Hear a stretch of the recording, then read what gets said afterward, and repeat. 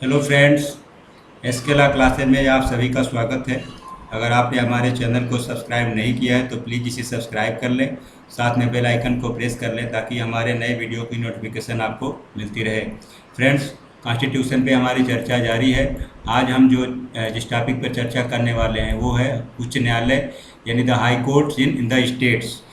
Friends, जैसा कि आप जानते हैं कि हमारे देश में जो उच्च न्यायालय हैं उनकी स्थापना का श्रेय अंग्रेजी सरकार को है। सन 1861 में इनकी स्थापना से पूर्व इस देश में दो प्रकार के न्यायालय कार्य कर रहे थे। प्रथम प्रकार के न्यायालय वे थे जो प्रेसिडेंसी नगरों अर्थात कलकत्ता, मद्रास और मुंबई में स्थापित किए गए थे और जिनकी स्थापना अंग्रेजी हुकूमत यानी अंग्रेजी सरकार के द्वारा हुई थी। ये न्यायालय उच्चतम न्यायालय के नाम से विख्यात थे, जबकि दूसरे प्रकार के वे न्यायालय थे जो ईस्ट इंडिया कंपनी द्वारा बंगाल, मद्रास, बम्बई तथा अन्य प्रांतों में स्थापित किए गए थे। इस प्रकार भारत में दो प्रकार के समवर्ती तथा स्वतंत्र न्यायालय कार्य कर रहे थे। आप देख सकते हैं कि एक तो ब्रिटिश गवर्नमेंट के द्वारा इस्टेब्लिश किए गए थे कोर्ट और दूसरे जो है ईस्ट इंडिया कंपनी के द्वारा इस्टेब्लिश किए गए थे कोर्ट। तो जो है ये मतलब दो प्रकार के दो पैरेलल कोर्ट चल रहे थे। कभी कभी इनके निर्णय जो है प्रतिकूल होते थे और प्रजा को दो अधिकार क्षेत्रों का भाजन बनना पड़ता था। इन दो प्रकार के न्यायाधीशों के संबंध भी परस्पर अच्छे नहीं थे। असमान कानूनों एवं प्रणालियों के प्रयोग से न्याय व्यवस्था में एक प्रकार का अलगाव पैदा हो गया था। इसलिए न्याय व्यवस्था को सुदृढ़, संगठित एवं सुचारू रूप से चलाने के लिए इन समकक्ष न्यायालयों का विलयन यानी इनको समाप्त करके एक ही प्रकार के उच्च न्यायालय स्थापित करने का निश्चय किया गया और परिणाम स्वरूप 6 अगस्त 1861 को ब्रिटिश संसद ने इंडियन हाई कोर्ट एक्ट के द्वारा उच्चतम व सदन न्यायालयों को समाप्त करके उच्च न्यायालयों की स्थापना की। कहने का मतलब ये कि जो ये इंग्लिश गवर्नमेंट के द्वारा इस्टेब्लिश कोर्ट थे और जो ईस्ट इंडिया कंपनी के द्वारा इस्टेब्लिश गवर्नमेंट कोर्ट थे, इन दोनों को समाप्त करके 1861 के अधिनियम के द्वारा जो है एक समान जो है इंडियन हाई कोर्ट एक्ट के द्वारा उच्च न्यायालयों की स्थापना की गई। भारतीय न्याय व्यवस्था के इतिहास में यह एक महान एवं उत्कृष्ट प्रयास था जिसकी सफलता वर्तमान उच्च न्यायालयों की असाधारण कार्यक्षमता के द्वारा प्रकट होती है। फ्रेंड्स, अब हम जो है बात करेंगे, ये तो जो हम चर्चा किए ये तो था हाई कोर्ट के बारे में, उसका बैकग्राउंड। अब हम देखेंगे कि कॉन्स्टिट्यूशन में इसके बारे में क्या प्रोविज़न है। आप देख सकते हैं कि तो सबसे पहले आप जान लीजिए कि इससे संबंधित जो प्रोविज़न है वो कॉन्स्टिट्यूशन के पार्ट 6 चैप्टर 5 में दिए गए हैं और आर्टिकल 214 से लेके 231 तक में इसके बारे में बताया गया है। आर्टिकल 214 को जो है हम हमेशा आर्टिकल 231 के साथ पढ़ते हैं। आप देखिएगा यहाँ लिख भी दिया हम कि आर्टिकल 214 को जो है आर्टिकल 231 के साथ पढ़िए। आर्टिकल 214 में यह स्पष्ट कहा गया है कि प्रत्येक राज्य के लिए एक हाई कोर्ट होगा और वहीं आर्टिकल 231 यह कहता है कि संसद विधि द्वारा दो या अधिक राज्यों के लिए अथवा दो या अधिक राज्यों और किसी संघ राज्य क्षेत्रों के लिए एक ही उच्च न्यायालय स्थापित कर सकेगी। उदाहरण के लिए आप देख सकते हैं कि पंजाब और हरियाणा हाई कोर्ट पंजाब और हरियाणा राज्यों के साथ साथ केंद्र शासित प्रदेश चंडीगढ़ को भी अपने अधिकार क्षेत्र में रखता है। तो वर्तमान में जो टोटल हाई कोर्टों की संख्या है वो है 25। आंध्र प्रदेश के अमरावती में देश का 25वां हाई कोर्ट स्थापित किया गया है। ये सभी हाई कोर्ट आर्टिकल 214 के अंतर्गत स्थापित किए गए हैं। हाई कोर्ट के स्थापना से संबंधित जितने भी अगर कोई चेंज आता है तो वह पार्लियामेंट के द्वारा ही संभव है, यह बात सभी जानते हैं। फ्रेंड्स, कॉन्स्टिट्यूशन के आर्टिकल 241 आप देख सकते हैं। 241 की अगर बात करें, यहाँ ये देख लीजिए, 241 की अगर बात करें तो उससे स्पष्ट होता है कि पार्लियामेंट संघ शासित क्षेत्रों यानी यूनियन टेरिटोरी के लिए एक अलग से हाई कोर्ट स्थापित कर सकता है। आर्टिकल 241 पार्लियामेंट को यह स्पष्ट रूप से शक्ति देता है और आर्टिकल 241 में दिए गए इस शक्ति का प्रयोग करते हुए पार्लियामेंट ने 1966 में आप देख सकते हैं 1966 में दिल्ली के लिए हाई कोर्ट स्थापित किया था। इस प्रकार दिल्ली एकमात्र एक ऐसा राज्य है जहां उसका हाई कोर्ट भी है और सुप्रीम कोर्ट भी है। अब आर्टिकल 230 की बात कर लेते हैं। तो आर्टिकल 230 यानी 230 यह उपबंधित करता है कि पार्लियामेंट विधि द्वारा किसी संघ राज्य क्षेत्र पर किसी हाई कोर्ट की अधिकारिता का विस्तार कर सकेगी या किसी संघ राज्य क्षेत्र में किसी हाई कोर्ट की अधिकारिता का अपवर्जन कर सकेगी। मतलब यह हुआ कि संसद चाहे तो हाई कोर्ट की अधिकारिता बढ़ा सकती है या घटा सकती है। और अपने इस शक्ति का प्रयोग करते हुए संसद ने 2013 में क्या किया कि मेघालय, मणिपुर और त्रिपुरा हाई कोर्ट की स्थापना किया, जो पहले क्या थे, गुवाहाटी हाई कोर्ट के जुरिडिक्शन में आते थे। तो फ्रेंड्स, ये तो था जो है इसके बारे में इंट्रोडक्शन। अब हम हाई कोर्ट के गठन यानी हाई कोर्ट के कॉन्स्टिट्यूशन के बारे में चर्चा करेंगे, जो आर्टिकल 216 में बताया गया है। इस आर्टिकल के अनुसार प्रत्येक हाई कोर्ट में एक चीफ जस्टिस होता है तथा ऐसे अन्य जस्टिस होते हैं जिन्हें समय समय पर राष्ट्रपति नियुक्त करना आवश्यक समझे।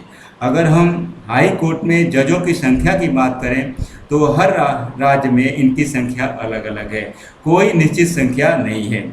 फ्रेंड्स, अब हम हाई कोर्ट के न्यायाधीशों के जो नियुक्ति और उनके पद की शर्तों के बारे में हम चर्चा करना चाहेंगे। इसके बारे में जो प्रोविज़न है वो आर्टिकल 217 में बताया गया है। आर्टिकल 217 में जजों के नियुक्ति व इस पद के लिए क्वालिफिकेशन दोनों के बारे में बताया गया है।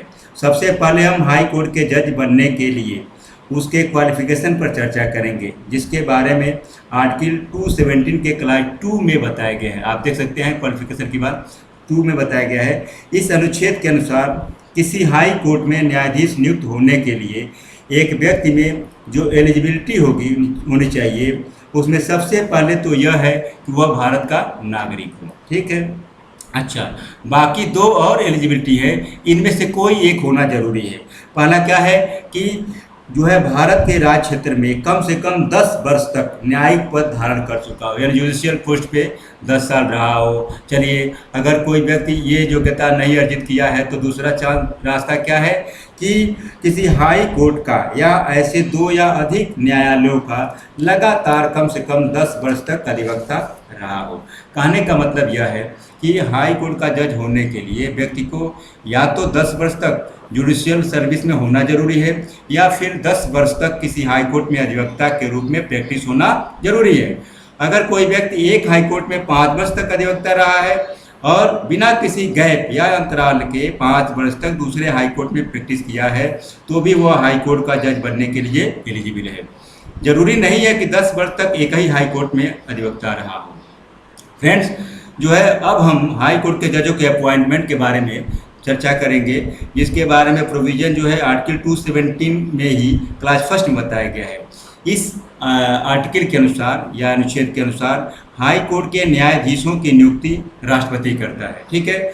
अच्छा, अब इसमें 2 तरह के प्रोविज़न है। एक तो चीफ जस्टिस के अपॉइंटमेंट के बारे में प्रोविज़न है और एक अदर जजों के अपॉइंटमेंट के बारे में प्रोविज़न है। तो चीफ जस्टिस के अपॉइंटमेंट के बारे में प्रोविज़न क्या है? तो वह उच्चतम न्यायालय के मुख्य न्यायमूर्ति यानी चीफ जस्टिस ऑफ इंडिया और संबंधित राज्य के राज्यपाल से परामर्श करता है। देखिए, चीफ जस्टिस जो होंगे हाई कोर्ट के, उनके अपॉइंटमेंट में राष्ट्रपति किसका कंसर्न किससे परामर्श लेगा? तो भारत के मुख्य न्यायाधीश यानी चीफ जस्टिस ऑफ इंडिया और उस कंसर्न स्टेट के गवर्नर से परामर्श लेगा। बाकी न्यायाधीशों की और अन्य जो न्यायाधीश हैं उनकी नियुक्ति के बारे में राष्ट्रपति उक्त व्यक्तियों के अतिरिक्त संबंधित हाई कोर्ट के मुख्य न्यायाधीश से भी परामर्श करता है। अर्थात देखिए, आप देख सकते हैं कि चीफ जस्टिस की नियुक्ति में राष्ट्रपति केवल सीजेआई तथा संबंधित राज्य के राज्यपाल के परामर्श से करता है, जबकि अन्य न्यायाधीशों की नियुक्ति में राष्ट्रपति जो क्या है कि चीफ जस्टिस ऑफ इंडिया, फिर संबंधित राज्य के राज्यपाल और संबंधित हाई कोर्ट के चीफ जस्टिस से भी परामर्श करता है। मतलब कि ये जो है ये बढ़ जाते हैं, बाकी सेम वही रहता है। ठीक है।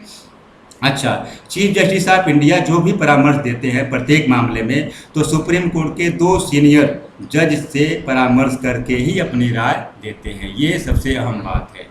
मित्रों, हाई कोर्ट में भी एक्टिंग चीफ जस्टिस के अपॉइंटमेंट के बारे में प्रोविज़न है, जो आर्टिकल 223 में बताया गया है।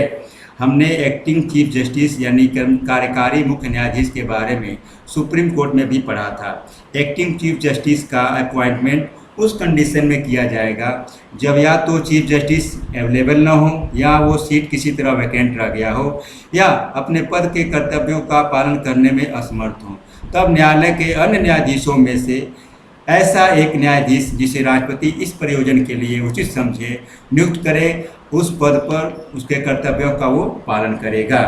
फ्रेंड्स, अब जो है हम एडिशनल एंड एक्टिंग जज के बारे में, यानी जो अपर और जो कार्यकारी न्यायाधीश होते हैं उनके बारे में चर्चा करना चाहेंगे, जिसको आर्टिकल 224 में बताया गया है।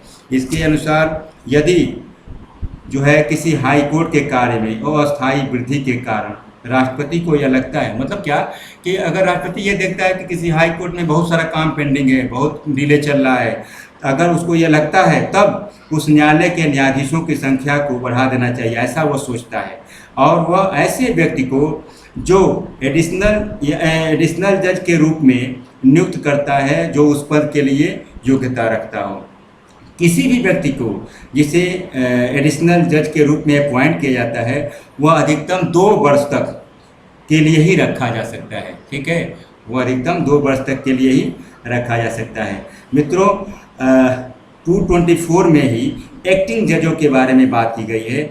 एक्टिंग जजों के बारे में जो प्रोविज़न बताया गया है, तो ऐसी स्थिति तब आती है जब हाई कोर्ट का कोई जज अपनी अनुपस्थिति के कारण या अन्य कारण से जो है अपने पद के कर्तव्यों का पालन करने में असमर्थ है, या मुख्य न्यायमूर्ति के रूप में अस्थायी रूप से कार्य करने के लिए नियुक्त किया जाता है। तब राष्ट्रपति किसी व्यक्ति को तब तक के लिए उस न्यायालय के न्यायाधीश के रूप में कार्य करने के लिए नियुक्त कर सकेगा जब तक अस्थायी न्यायाधीश अपने कर्तव्यों को फिर से नहीं संभाल लेता है। इस प्रकार हाई कोर्ट के जो अपर या कार्यकारी न्यायाधीश के रूप में नियुक्त कोई व्यक्ति 62 वर्ष की आयु प्राप्त कर लेने के पश्चात पद धारण नहीं करेगा। कहने का मतलब देखिए, यहाँ हमने लिख दिया ना कि 62 वर्ष तक, अच्छा 2 वर्ष कार्यकाल होगा और 62 वर्ष तक ही, मतलब जो पहले पूरा हो जाएगा वो लागू होगा। अच्छा, दूसरी चीज़, हाई कोर्ट के सभी अन्य जज जो होंगे वे 62 वर्ष तक अपने पद पे रहते हैं, ये भी जानना जरूरी था। फ्रेंड्स, अब जो है प्रश्न उठता है कि क्या सुप्रीम कोर्ट की भांति हाई कोर्ट में भी रिटायर्ड न्यायाधीशों को बैठकों में शामिल करने हेतु नियुक्त किया जाता है या नहीं। तो आप देख सकते हैं यहाँ हमने लिखा है अपॉइंटमेंट ऑफ रिटायर्ड जज। ठीक है, तो आपके जानकारी के लिए हम बता दें कि हाई कोर्ट में भी सेवानिवृत्त यानी रिटायर्ड जजों के नियुक्ति के बारे में प्रावधान है, और यह प्रावधान 224A में है। इसमें यह प्रावधान है, किसी राज्य के हाई कोर्ट का मुख्य न्यायाधीश राष्ट्रपति के प्रायर परमिशन से किसी ऐसे व्यक्ति से जो उस हाई कोर्ट का या किसी अन्य हाई कोर्ट के न्यायाधीश का पद धारण कर चुका है, उस राज्य के हाई कोर्ट के न्यायाधीश के रूप में बैठने व कार्य करने का अनुरोध कर सकेगा। मतलब क्या है कि जिस हाई कोर्ट में अपॉइंटमेंट की बात हो रही है, या तो उस हाई कोर्ट से ही वो रिटायर हुआ हो या किसी दूसरे हाई कोर्ट से रिटायर हुआ हो, दोनों में से किसी भी रिटायर्ड जज से अनुरोध किया जा सकेगा। और प्रत्येक ऐसा व्यक्ति जिससे इस प्रकार अनुरोध किया जाता है, इस प्रकार बैठने व कार्य करने के दौरान ऐसे भत्तों का हकदार होगा जो राष्ट्रपति आदेश के द्वारा अवधारित करे, और ऐसे व्यक्ति को उस हाई कोर्ट के न्यायाधीश की सभी अधिकारिता, सभी शक्तियाँ व सभी विशेषाधिकार प्राप्त होंगे।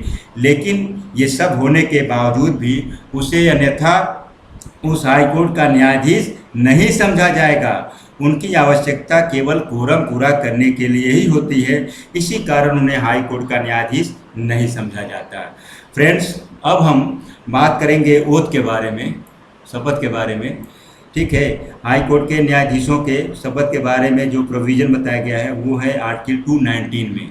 आर्टिकल 219 बताया गया है। इस आर्टिकल के अनुसार हाई कोर्ट का न्यायाधीश होने के लिए नियुक्त प्रत्येक व्यक्ति अपना पद ग्रहण करने से पूर्व उस राज्य के राज्यपाल या उसके द्वारा इस प्रयोजन हेतु नियुक्त व्यक्ति के समक्ष शपथ लेगा।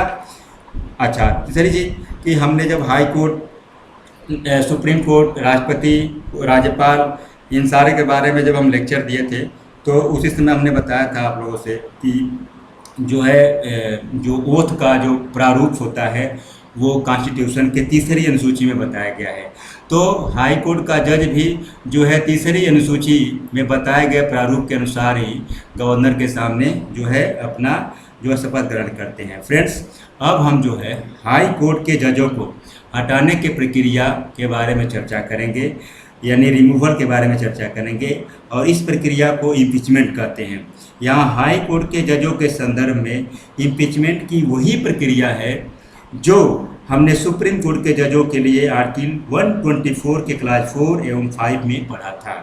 आर्टिकल 218 यहाँ देखिए, आर्टिकल 218 स्पष्ट रूप से ये बताता है कि आर्टिकल 124 के जो प्रोविज़न है, मतलब आर्टिकल 124 के जो खंड 4 और 5 के जो प्रोविज़न है वो हाई कोर्ट के ऊपर लागू होते हैं। वैसे तो इम्पीचमेंट के बारे में हम डिटेल में सुप्रीम कोर्ट वाले चैप्टर में पढ़ चुके हैं, फिर भी यहाँ जो है हम थोड़ा सा उस पर चर्चा करना चाहेंगे, थोड़ा उसका जिक्र करना चाहेंगे। हाई कोर्ट के जजों को केवल 2 आधारों पर हटाया सकता है। आप देख सकते हैं, केवल 2 आधारों पर हटाया सकता है। अच्छा देखिए, यहाँ हमने लिख दिया है same provision of article 124 class 4 and 5। तो यहाँ इसका मतलब ये हुआ कि जब सुप्रीम कोर्ट में इम्पीचमेंट के बारे में हम चर्चा कर रहे थे तो वो कॉमन प्रोविज़न था। वो हाई कोर्ट के जजों के लिए भी वही प्रोविज़न है और सुप्रीम कोर्ट के जजों के लिए भी वही प्रोविज़न है। अच्छा, दूसरी चीज़ ग्राउंड है जो 2 आधारों पर ही हाई कोर्ट के जजों को हटाया सकता है। इसमें पहला ग्राउंड क्या है कि प्रूव्ड मिसबिहेवियर एंड इनकैपेसिटी, ठीक है, अर्थात सिद्ध कदाचार व असमर्थता। महाभियोग प्रस्ताव संसद के किसी भी सदन से लाया सकता है, लेकिन जिस भी सदन में प्रस्ताव लाया जाएगा तो उस सदन के स्पीकर या सभापति अगर उसे स्वीकार कर लेते हैं तो उसकी जांच के लिए एक जो है समिति गठित करेंगे, तथा अगर उस समिति द्वारा इस बात का रिपोर्ट दिया जाता है कि आरोप साबित हुआ तब उस पर सदन में वोटिंग कराई जाती है, और यदि उस सदन के कुल सांसदों के बहुमत तथा सदन में उपस्थित और मतदान करने वाले सदस्यों के 2/3 मेजॉरिटी द्वारा समर्थित हो जाता है। आप देख लीजिए, लिखे हम कि by 2/3 majority of both house of parliament, तो अगर 2/3 बहुमत द्वारा समर्थित हो जाता है तो उस प्रस्ताव को दूसरे सदन में भेजा जाता है और वहाँ भी सेम वही प्रक्रिया दोहराई जाती है। इस प्रकार जब दोनों सदनों से प्रस्ताव पारित हो जाता है तो इसकी मंजूरी के लिए उसे राष्ट्रपति के पास भेजा जाता है। अच्छा, राष्ट्रपति के द्वारा जब अगर आदेश दे दिया जाता है तब उस संबंधित न्यायाधीश को उसके पद से हटा दिया जाएगा। फ्रेंड्स, अब हम बात करेंगे हाई कोर्ट के जजों के वेतन व भत्तों के बारे में, सैलरी और अलाउंस के बारे में। तो इसमें ज़्यादा हमें नहीं जानना है, इसके बारे में इसमें जानना है कि आर्टिकल 221 में इसके बारे में प्रोविज़न बताया गया है, और इसके अनुसार हाई कोर्ट के न्यायाधीशों को ऐसे वेतन का संदाय किया जाएगा जो संसद जो है लॉ बना के निश्चित करे। लेकिन इनकी जो पेंशन होती है, इसके बारे में 2 ही चीज़ जान लीजिए कि जो इनकी पेंशन होती है वो कंसोलिडेटेड फंड ऑफ इंडिया पे डिपेंड होता है, जबकि इनकी सैलरी जो होती है, सैलरी और अलाउंस होता है, वो कंसोलिडेटेड फंड ऑफ स्टेट पे डिपेंड होता है। बाकी इसमें हमें और कुछ नहीं जानना है। अब हम बात करेंगे कि जो है जजों के ट्रांसफ़र के बारे में, ट्रांसफ़र ऑफ जजेस के बारे में, जो आर्टिकल 222 में बताया गया है। क्योंकि जज हैं, नियुक्ति हुई है, तो जाहिर सी बात है कि ट्रांसफ़र भी होगा। इससे संबंधित जो प्रोविज़न है वो आर्टिकल 222 में बताया गया है। इस आर्टिकल के अनुसार राष्ट्रपति चीफ जस्टिस ऑफ इंडिया से परामर्श करके, आप देख सकते हैं, चीफ जस्टिस ऑफ इंडिया से परामर्श करने के बाद ही, चीफ जस्टिस ऑफ इंडिया से परामर्श करने के बाद ही हाई कोर्ट के किसी जज का दूसरे हाई कोर्ट में ट्रांसफ़र करेंगे। देखिए, 1999 में सुप्रीम कोर्ट ने यह स्पष्ट कर दिया था कि राष्ट्रपति किसी हाई कोर्ट के जज को दूसरे हाई कोर्ट में ट्रांसफ़र करते समय चीफ जस्टिस ऑफ इंडिया से परामर्श अवश्य लेंगे, तथा चीफ जस्टिस ऑफ इंडिया यह परामर्श जो है क्या करेंगे, सुप्रीम कोर्ट के 4 सीनियर मोस्ट जजों से सलाह पर देंगे। देखिए कि जो है राष्ट्रपति को सलाह सुप्रीम कोर्ट के सीजीआई देंगे। अच्छा, सीजीआई को सलाह कौन देगा, जो सुप्रीम कोर्ट के 4 सीनियर मोस्ट जज है वो देंगे। दूसरी चीज़ यह है कि जिस हाई कोर्ट से ट्रांसफ़र हो रहा है और जिस हाई कोर्ट में ट्रांसफ़र हो रहा है, मतलब जहां से जज जा रहा है और जहां जा रहा है, दोनों हाई कोर्ट के चीफ जस्टिस से भी परामर्श लिया जाएगा। ये सबसे अहम बात है। तो मित्रों, फिलहाल हम आज के वीडियो में इतनी ही बात करेंगे। नेक्स्ट वीडियो में हम पढ़ेंगे हाई कोर्ट के शक्तियों के बारे में, उसके जुरिडिक्शन के बारे में। फिलहाल आज की वीडियो में इतना ही है। जल्दी मिलेंगे अपने अगले वीडियो में। लगातार साथ बने रहिएगा। तथा हम आपसे एक बार फिर से रिक्वेस्ट कर रहे हैं कि प्लीज़ वीडियो को ज़्यादा से ज़्यादा शेयर करें और इसे सब्सक्राइब करें। इन्हीं अपेक्षाओं के साथ आप सबका बहुत बहुत धन्यवाद।